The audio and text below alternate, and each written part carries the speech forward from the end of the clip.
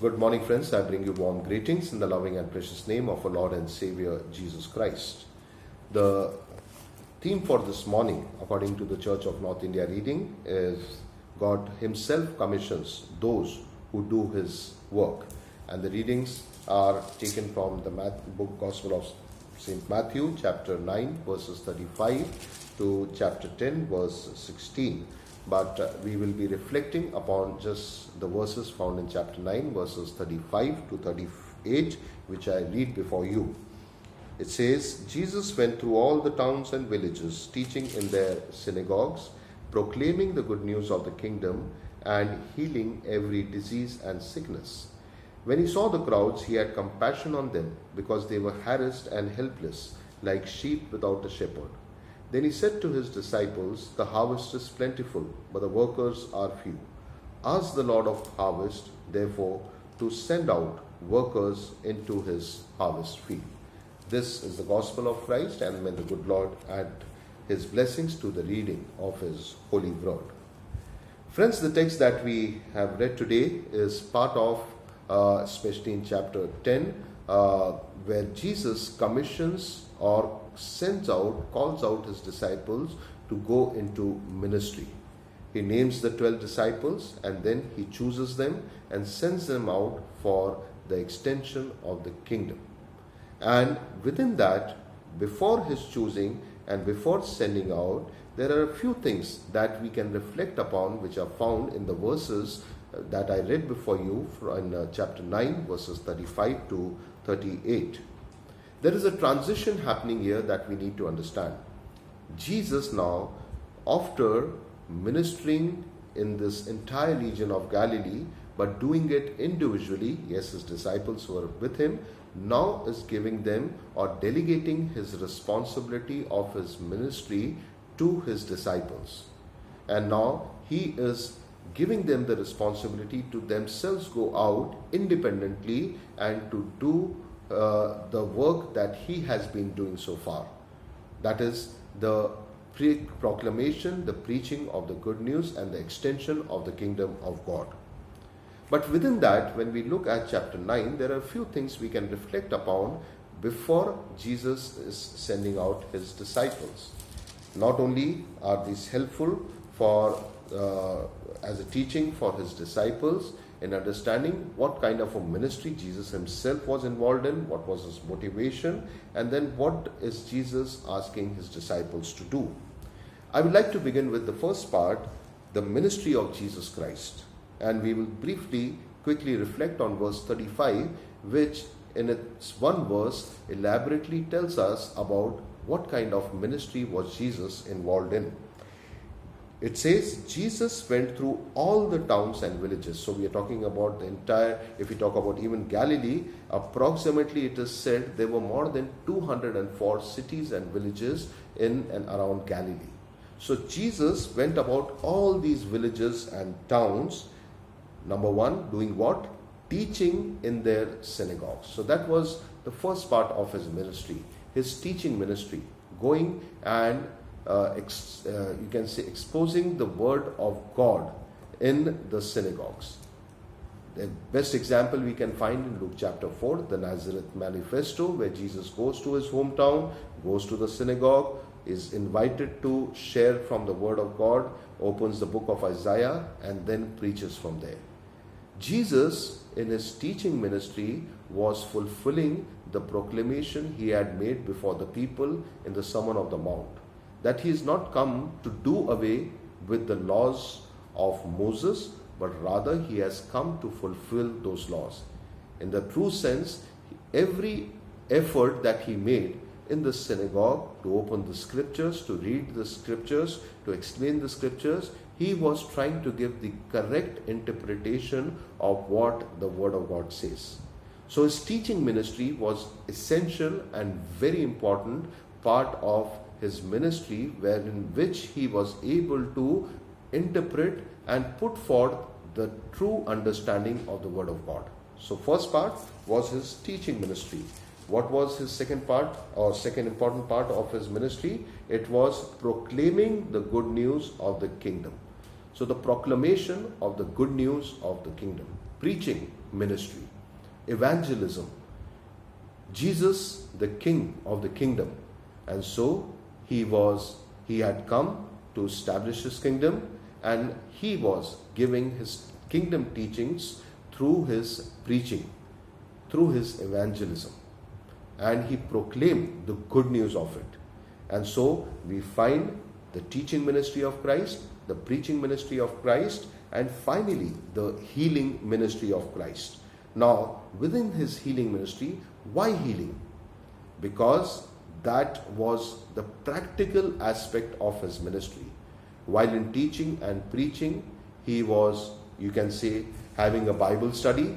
He was preaching and sharing God's word. But more importantly, not just in words, through his efforts physically, he was bringing about a physical, practical change in the problems and lives of the people. And by that, he was demonstrating the love of God in action.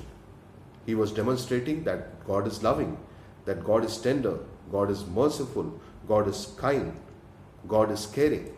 And it is through his healing ministry he was able to reach out to the people, and whatever he proclaimed in context of his love for the people, he was practically able to show it through his healing ministry. So teaching ministry, preaching ministry, and his healing ministry were part or important aspects of his ministry. But what was the motivation for this teaching, this preaching, this healing ministry that he had? One word stands out in verse 36. It says, when he saw the crowds, he had compassion on them. What a wonderful word, compassion. He cried out for them. He was filled with love for them. He had compassion on them. So his motivation, or his main motivation for doing what he did in his ministry, his teaching, his preaching, his healing, was compassion. It was the key to his success in ministry. It was the reason why he came into this world. And this was not the only occasion that we find that the word compassion is mentioned. Several occasions, but I'll just give some examples. You can read later. Matthew chapter 14 verse 14, Matthew chapter 15 verse 32, chapter 18 verse 27, chapter 20 verse 34, Mark chapter 1 verse 41, chapter 5 verse 19. We find examples of Jesus having compassion on the people. Remember when he reached the tomb of Lazarus, he cried. That was because of the compassion he had for the people around, and more importantly for Lazarus. Even on the cross, when he looked down upon his mother and he saw her condition, he, because he was filled with compassion, made arrangements that after he's gone, she would be taken care of. Friends, no ministry of any individual, be it an ordained leader, be it an unordained leader, be it anybody, they may be as good a preachers, they may be good teachers, they may have very successful ministries, but if there is no compassion, then the ministries are in vain. Without compassion, no ministry can be successful. Compassion that is God-given, that comes from the heart. And so, for the success of every minister and for the success of every ministry, it is important that we are filled with the compassion of God. And from that and from within that, when we look towards any individual outside, in any need, in any condition, we, filled with compassion, can fulfill God's true ministry through our lives. So we spoke about ministry, his motivation to ministry. But what is the method that Jesus is talking about when he speaks to his disciple in fulfilling this ministry?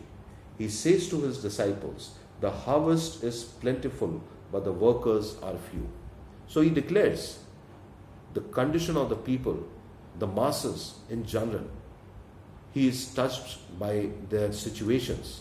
There are so many who need so much of help. So many who need God's word. So many who need that healing touch. So many who need some kind of service, help, counseling, mental, physical, some kind of intervention in their lives. So the harvest is plentiful, but the workers are few. So what does he say? He says, ask the Lord of the harvest. He doesn't say, so you go, you do it yourselves. Not your wisdom. And that is somewhere we need to understand as individuals who God has chosen to be part of the church. We may be leaders or non-leaders in any capacity, it does not matter. We being part of the church, we need to first understand that the church belongs to God. And the ministry, therefore, within the church and the mission within the church belongs to God. And if it is God's mission, then the first thing we need to do is to get down on our knees and pray to God to help prepare those whom He seeks to send out for His ministry. That is the bottom line. Not through our wisdom, not through our knowledge, not through our skills, not through our talents. Friends, remember, we are not running an organization. We are not part of an institution. We are part of the church. Church that belongs to God. And so if it is God's church, then it is important that we pray to God that His plans be fulfilled in and through His people for those for whom God sends each one of us out. Not through our plans, not through our wisdom, not through our understanding. Jesus makes it very clear to them. You need to pray before I am sending you out. And then in chapter 10, He sends them out. But prior to that, He makes it very, very clear to them. Pray. Pray to whom? Pray to God. That He prepares His people. If it is you that God wants you to send out, so be it. If it is somebody else that God wants to send out, so be it. But it should be God's will, not our will, in the ministry of the church, in the mission of the church. And the failing of the church, many a times, has been, be it the church at large, be it a diocese, be it individual congregations, the failing of the church has been primarily because we try to function or we are engaged in ministries of our own understandings. We forget to come before God, to pray to Him, to seek His guidance, to ask for His will, to listen to Him. And then either it may be us ourselves, it may be me, it may be you, it may be someone else, that we pray that God chooses His people, that they go out and they fulfill His ministry of teaching God's word, preaching God's word, of touching the lives of people through our service. And when we look towards God, our help comes from God. And it is God who guides His church and fulfills His mission through His church. And when that happens, many lives are turned around. Many lives are changed. Many lives are brought to the kingdom. And so this morning, when we reflect upon the choosing of the 12 disciples, we quietly should reflect upon these few verses of how Jesus in his ministry always fulfilled God's will. Remember His prayer, not my will, but your will be done. This should be the prayer of the church, that in our mission, in our ministry of the church, of our lives, not our will, but the will of God be fulfilled. And that is when I believe that God will bless this church abundantly, and through this church, the church will become a blessing for so many others. Come, let us bow our heads and pray. Let us pray.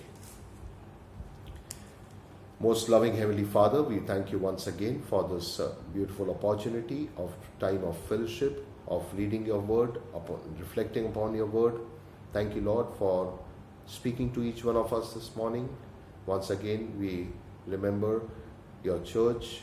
We commit your church into your hands, each one of ourselves into your hands.